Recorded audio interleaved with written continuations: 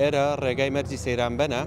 2 ساڵ پێش سەبەوەی لافاوی بەهێزەوە ئەم ئاوڕێژەی لە پشتی منەوەیە داڕوخاو نیوەی جادەکەی بە تەواوەتی داڕوخاند و کردی بە یەک سایت لە دوای 2 ساڵ ئەمڕۆ بەڕێوەبەرایەتی پاراستن و چاکردنی ڕێگەوبانی پێنجوێ هاتوون و ئەم ڕێگان نۆژەم بکەنەوە بۆ قسەی زیاتر ئەچمە لای بەڕێز ئەمیر سۆفی جەمال لێپرسرا و بەڕێوەبەرایەتی پاراستن و ڕێگەوبانی پێنجوێن کاگە میسڵاو لێبێت پێمان بڵێن پرۆژەی ئێوە چەندی تێ ئەچێت و چەند ڕۆژیشی پێ ئەچێت تاوەکو تەواو بڵێ دیارە پرۆژەی ئاوبارەی نزیک گوندی وێنە کە دەکەوێتە سەر ڕێگەی سەرەکی مەرزی نیمچە نێودەوڵەتی سەیرانبەن لە ئێستادا ڕاستە و خۆ لەلایەن بەڕێوەبەرایەتیمانەوە جێبەجێ دەکرێت کام ئاوبارەیە چوار چاوە بە درێژی نزیکەی 15 مەتر و پانی 10 مەتر بێگومان ئەم ئاوبارەیە لە ئێستادا زۆر پێویستە بۆ ڕێگەکە چونکە ئەمە ڕێگەی سەرەکی و هاوڵاتیان هاتوشێ پێدا دەکەن گوژمەی تەرخانکراوە بۆ پرۆژەکە نزیکەی 2 میلیۆن دینارە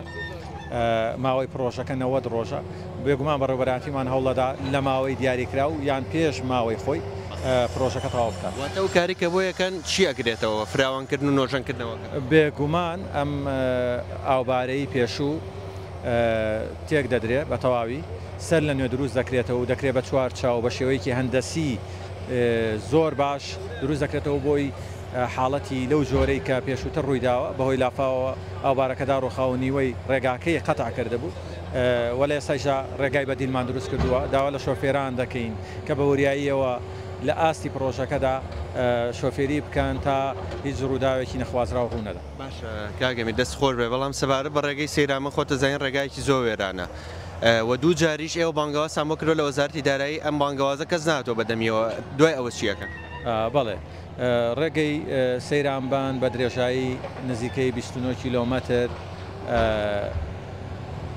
دوو جار بانگەوازمان بۆ کرد کە کۆمپانیاوەری بگرێت بۆ نۆژەنکردنەوە بەڵام هیچ کۆمپانیاک ئامادە نەبوو وەری بگرێت بۆ ئێمە ڕاستە خۆداوامان لە جەنابی وەزیر کرد کە سوپاسیەکەین زۆر هاوکارمانە